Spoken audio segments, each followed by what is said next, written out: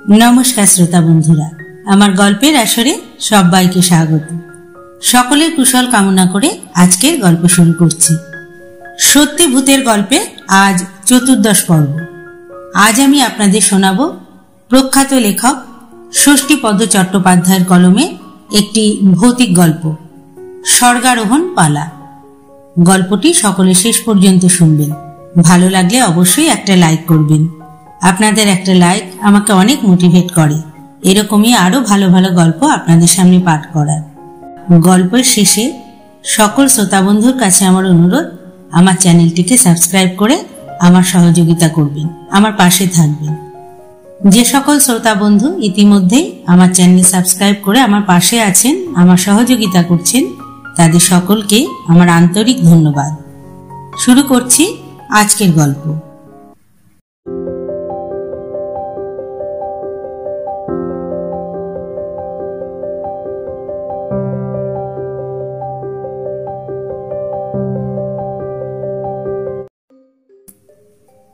খুব কম করেও 50 বছর আগেকার কথা। কলকাতার এক নামকরা যাত্রা কোম্পানি মেদিনীপুরের এক গ্রামে চলেছে তাদের দল নিয়ে যাত্রা করতে। তখনকার যাত্রাওয়ালারা আজকের মতো এমন লাক্সারি বাসে যাতায়াত করত না। 4-5টি গরুর গাড়ি বোঝাই করে অভিনেতা আর দলের অন্যান্য লোকেদের নিয়ে যাযাবরের মতো এক দেশ থেকে আরেক দেশে রওনা হতো। এই দলটিও চলেছিল সেইভাবেই। গ্রামের পর গ্রাম পার হয়ে নদী নালা ডিঙিয়ে বন জঙ্গল অতিক্রম করে চলেছে তারা। দলের অধিকারী রাখহরি ভান্ডারী মহাশয় অত্যন্ত সদাশয় লোক। কোনো পার্টির কাছ থেকে দলের বায়না না নেওয়ার পর কথার খেলাপ করেন না এবং নির্দিষ্ট সময়ের অন্তত 1 ঘন্টা আগেই তিনি গন্তব্যস্থলে পৌঁছে যান। কিন্তু এবারের যাত্রায় মনে মনে তিনি একটু প্রমাদ গণলেন। গন্তব্যস্থল এখনো 7 ক্রোশ দূর, অথচ আকাশের অবস্থা খুবই খারাপ। ঘন মেঘমালায় আকাশ ভরে আছে, বিদ্যুৎ চমকাচ্ছে। গরুর গাড়ি যদি রেলগাড়ির মতো ছোটেও তাহলেও তিনি দুর্যোগ এড়িয়ে পৌঁছতে পারবেন না।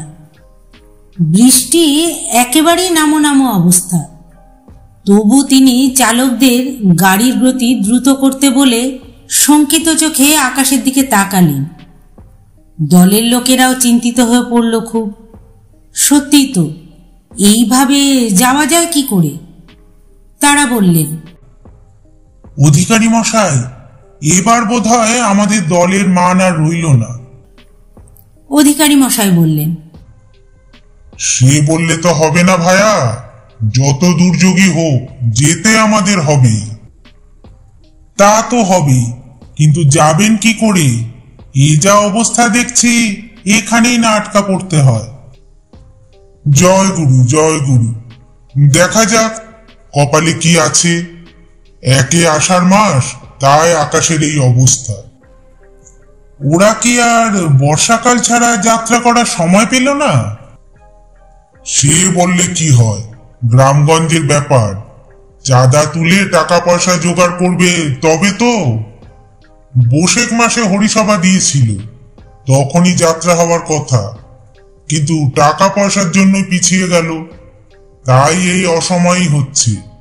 ওদের বড় আশা আমাদের দলে যাত্রা গান শুনবে, তাই ধনমনো করে বায়নাটা নিয়েই নিলাম।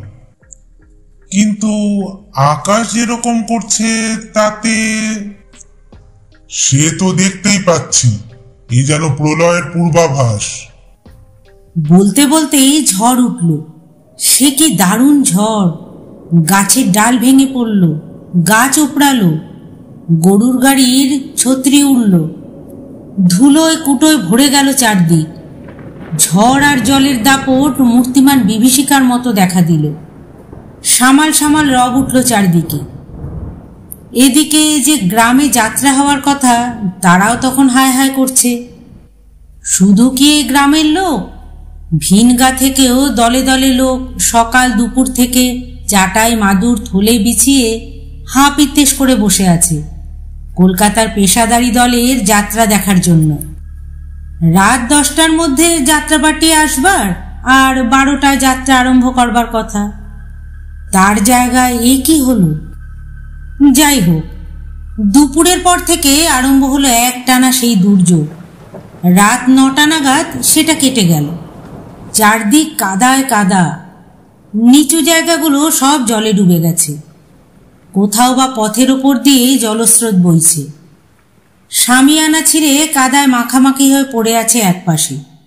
সবাই বিষণ্ণ মনে বসে বসে ভাবছে, তাই তো, যাত্রা হোক বা না হোক সেটা বড় কথা নয়, এই অজগ্রামে আসতে গিয়ে অত বড় দলের লোকজনের কি অবস্থা হলো কে জানে। তারা যে কোথায়, কত দূরে, কিভাবে আছে তাই বা কে জানে। সবাই মনে মনে ভগবানকে ডাকতে লাগলো, দেখো ঠাকুর, যেন দলটির কোনো ক্ষতি না হয়।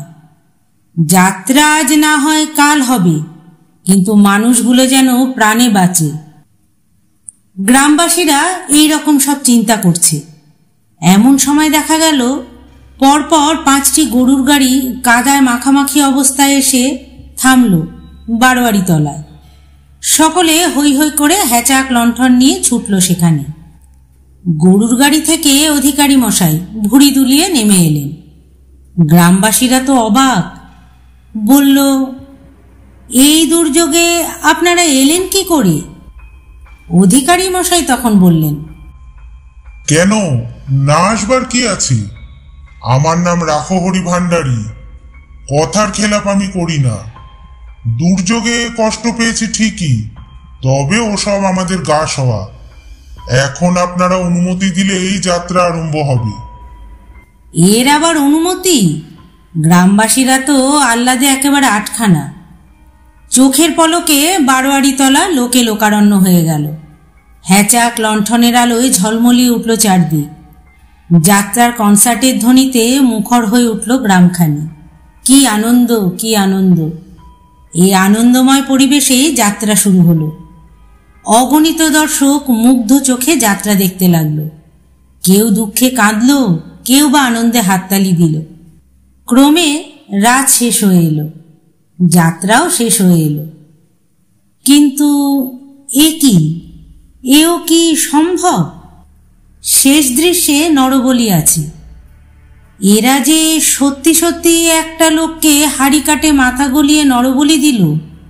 তারপর ব্রহ্মা, বিষ্ণু, মহেশ্বর এলেন। তাদের আশীর্বাদে সেই কাটামুন্ডু আবার জোড়াও লেগে গেল। বিস্মিত অভিভূত দর্শকরা ভেবেও পেল না এসব কি হচ্ছে। এরকম সাংঘাতিক পালা এর আগে কখনো দেখেনি তারা। বিস্ময়ের পর বিস্ময়। ব্রহ্মা বরদান করে আসরের মাঝখান থেকে হাউইয়ের মতো স্বর্গে উড়ে চলে গেলেন। ব্রহ্মার পর বিষ্ণু আর মহেশ্বর। মাটি ছেড়ে তাদের দেহটাও ধীরে ধীরে শূন্যে উঠে আকাশে মিলিয়ে গেল। শুধু ব্রহ্মা, বিষ্ণু, মহেশ্বর নন, অন্যান্য কুশীলবরাও একইভাবে ওই রকম স্বর্গারোহণ করলেন। দর্শকদের তো তখন মূর্ছা যাবার অবস্থা। যা বাবা, এসব আবার কি কাণ্ড! এইসব ঘটনা ঘটতে ঘটতে ভোরের আলো ফুটে এলো। আর ভোরের আলো ফুটে ওঠার সঙ্গে সঙ্গেই কনসার্ট পার্টির লোকগুলো কিরকম যেন আবছা হয়ে যেতে লাগলো। আর কনসার্টের সুরও মনে হলো ক্রমশই যেন দূরে, বহু দূরে মিলিয়ে যাচ্ছে। এইভাবে একসময় সুরও মিলিয়ে গেল, লোকগুলোও অদৃশ্য হয়ে গেল। পরদিন সকালবেলায় দেখা গেল 5টি গরুর গাড়ি বোঝাই হয়ে একটি যাত্রার দল আসছে। গরুর গাড়িগুলো বারোয়ারি তলায় এসে থামতেই অধিকারী মশাই হাত জোর করে এসে বললেন, হে সজ্জন গ্রামবাসীগণ, আপনারা আমাকে ক্ষমা করুন। জীবনে এই প্রথম আমি কথার খেলাপ করলাম। কাল পথিমধ্যে ভয়ঙ্কর দুর্যোগে পড়ে আমরা বহু চেষ্টা করেও আসতে পারিনি। তবে আসতে যেমন পারিনি, তেমনি ওই একই টাকার অঙ্কে পরপর 2 রাত আমরা আপনাদের গ্রামে যাত্রা গান করব। আশা করি আপনারা সবাই খুব খুশি হবেন। গ্রামবাসীরা যে কি বলবে আর কি বলবে না তা ভেবে পেল না। তাদের মধ্যে একজন বলল, সে কি মশাই, আপনারা তো কাল ঠিক সময় এসেছিলেন। সারা রাত ধরে অভিনয় করলেন, তারপর শেষ রাতে ভেলকি লাগিয়ে চলেও গেলেন, আবার এখন এসেছেন হেয়ালি করতে। বলি, ব্যাপার কি? অধিকারী মশাই তখন বললেন, দেখুন মশাই, বাজে কথা বলবেন না। আমি হলুম সিংহ রাশির জাতক। লোকের সঙ্গে হেয়ালি করার মতো মেজাজ আমার নেই। কাল রাতে দুর্যোগে আমরা আটকা পড়েছিলাম, এই সবে আসছি। সময় উপস্থিত হতে পারিনি বলে আপনারা আমাকে বিদ্রুপ করছেন। এই নিন আপনাদের বায়নার টাকা।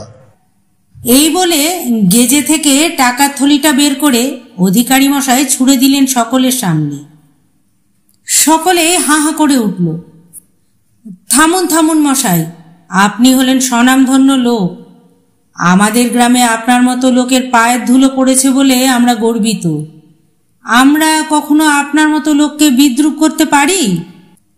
আপনি বিশ্বাস করুন, এত দুর্যোগেও কাল রাত্রে গ্রামে যাত্রা হয়ে গেছে এবং আপনার দলই সেই যাত্রা করেছে। তা কি করে সম্ভব? বিশ্বাস না হয় পরীক্ষা করে দেখুন। আপনার অভিনেতারা কে কিসের ভূমিকায় অভিনয় করেছেন তা আমাদের গ্রামের যে কোনো লোককে জিজ্ঞাসা করলেই বলে দেবে। অধিকারী মশাই তখন ভ্রু কুঞ্চিত করে বললেন, বেশ, বলুন তো দেখি। গ্রামবাসীদের একজন বলল তখন, ওই তো, উনি ব্রহ্মার পাঠ করেছিলেন। উনি হয়েছিলেন বিষ্ণু, আর উনি মহেশ্বর। আর ওই যে ওকেই তো বলি দেওয়া হয়েছিল। উনি হয়েছিলেন অমুক, উনি তমুক। অধিকারী মশাই বললেন, আশ্চর্য! আমাদের এই পালা হচ্ছে এই মরশুমের নতুন পালা। এ তো আপনাদের জানবার কথা নয়, অথচ আপনারা যে যা বলছেন সবই ঠিক। উনি আমাদের দলে ব্রহ্মা স্বাধীন, উনি বিষ্ণু, উনি মহেশ্বর। কিন্তু বিশ্বাস করুন, কাল রাতে আমরা আসতে পারিনি। আমরা দারুণ ঝড় জলে এখান থেকে 7 ক্রোশ দূরে হরিদাসপুর গ্রামে আটকে পড়েছিলাম। আপনারা ইচ্ছে করলে ওখানকার ভুবন মালাকারের বাড়িতে একজন লোককে পাঠিয়ে খবর নিয়ে আসতে পারেন। গ্রামের লোকেরা পরস্পরের মুখের দিকে তাকাতে লাগলো। হরিদাসপুর গ্রাম, ভুবন মালাকার? অধিকারী মশাই বললেন, হ্যাঁ, হরিদাসপুর গ্রাম, ভুবন মালাকার। কাল ওই দুর্যোগের রাতে ওই গ্রামের লোকেরা ভুবন মালাকারের বাড়িতে নিয়ে গিয়ে আমাদের না তুললে সারা রাজ্যে কি দুর্গতি হতো তা একমাত্র ঈশ্বরই জানেন। অমন অতিথিবৎসল গ্রাম আমি আগে দেখিনি।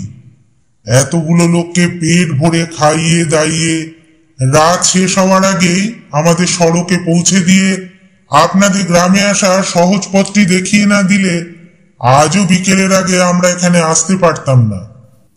অধিকারীর মুখে সব কথা শুনে গ্রামের লোকেরা তো থ।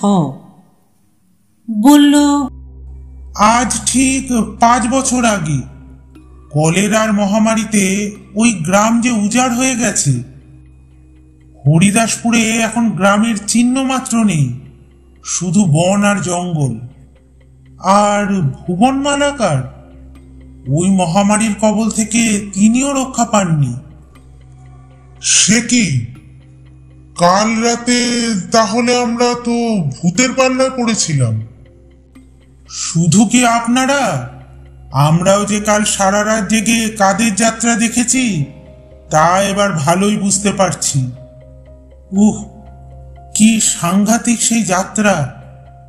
যাক, ভাগ্য ভালো যে প্রাণী বেঁচে গেছেন। এখন বিশ্রাম করুন, তারপর রাত্রিবেলা মনের আনন্দে আপনাদের যাত্রা দেখব। অধিকারী মশাই তখন বললেন, না, রাত্রে নয়, যাত্রা আজ দুপুরেই হবে। তারপর রাত্রিটা বিশ্রাম নিয়ে কাল সকালেই পালাবো আমরা এখান থেকে, আর এ তল্লাটে নয়। অধিকারীর কথা মতোই কাজ হলো। দিন দুপুরেই খোলা আকাশের নিচে যাত্রা দেখল গ্রামবাসীরা। এই অলৌকিক যাত্রাপালার কথা প্রত্যক্ষদর্শীদের মুখে শোনার পরও এখনকার লোকেরা হেসেই উড়িয়ে দেয়, কেউ বিশ্বাস করতে চায় না। বলে এটা একটা নিছকই আষাঢ়ে গল্প ছাড়া কিছুই নয়।